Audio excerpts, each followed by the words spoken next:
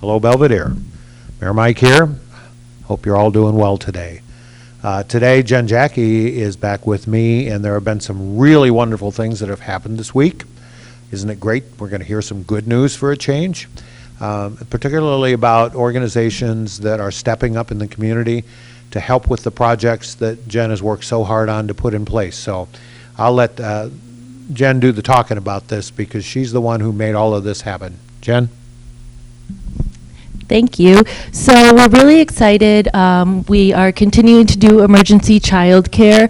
The big new development on that is that as of Sunday, the governor made an announcement that the state will pay, they'll cover the charge of child care for anyone in the state who is an essential worker, regardless of your financial situation. So that's wonderful. And people can go online, go State of Illinois, and they can find information about that, or they can contact us at the Y, and we are happy to give them information about that. Even if they're not using our service, if there's another service, another county in home care, we're happy to be able to get them that information so that they can access child care.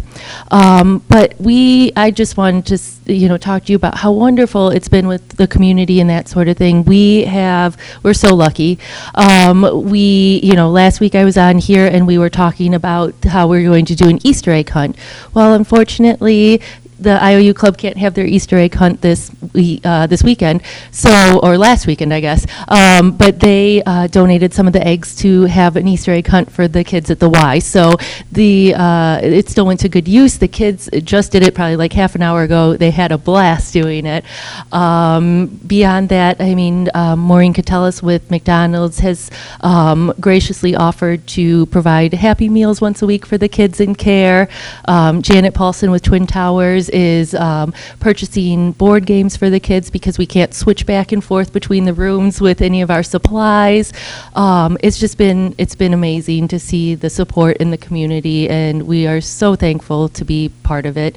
On top of it, we got approved this week for grab-and-go lunches. The Northern Illinois Food Bank reached out to us, and we're going to be doing grab-and-go breakfast and lunch out at General Mills Park. So we know that there is a need there. We know that sometimes the families there have a more difficult time getting to some of the locations. It's not really close to of the ones that the school is providing. So we talked to the school, and we figured that would be a perfect spot. So we are going to start Monday from 9 to 11, the same time the school district does theirs. We're going to have grab-and-go breakfast and lunch for the kids out there. The police are going to be out there with us the first day, helping promote it and that sort of thing. And thank you to you guys for letting us use the park out there. So we're very excited that we're going to be able to do that.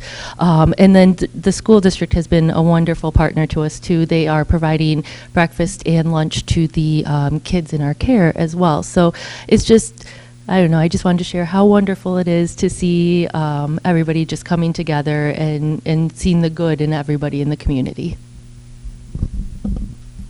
Thank you, Jen.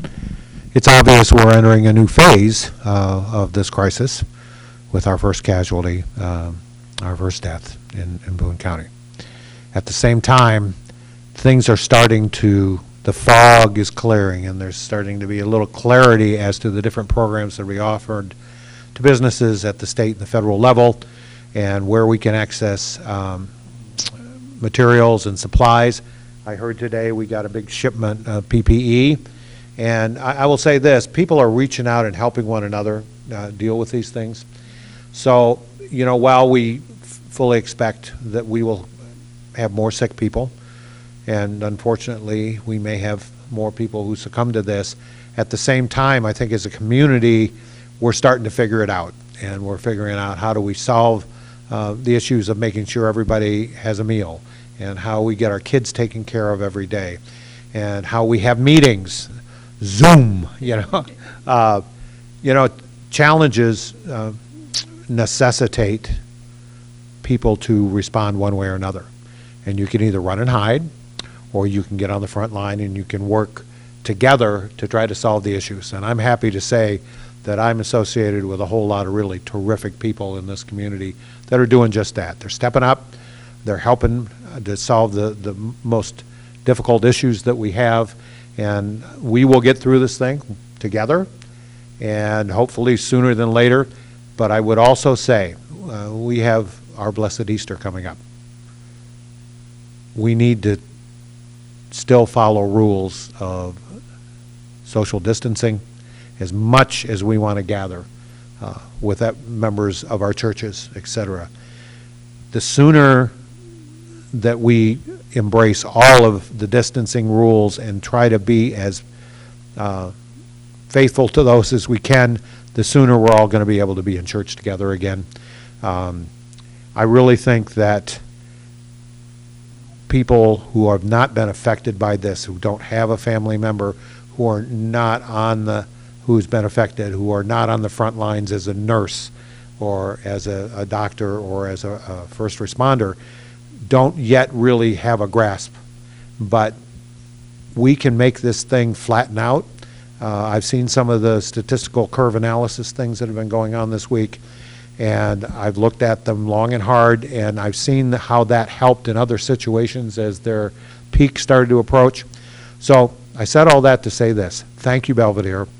Thank you for helping. Thank you for being the kind of people that you are. God bless you, and rejoice, for he is risen. I'm good.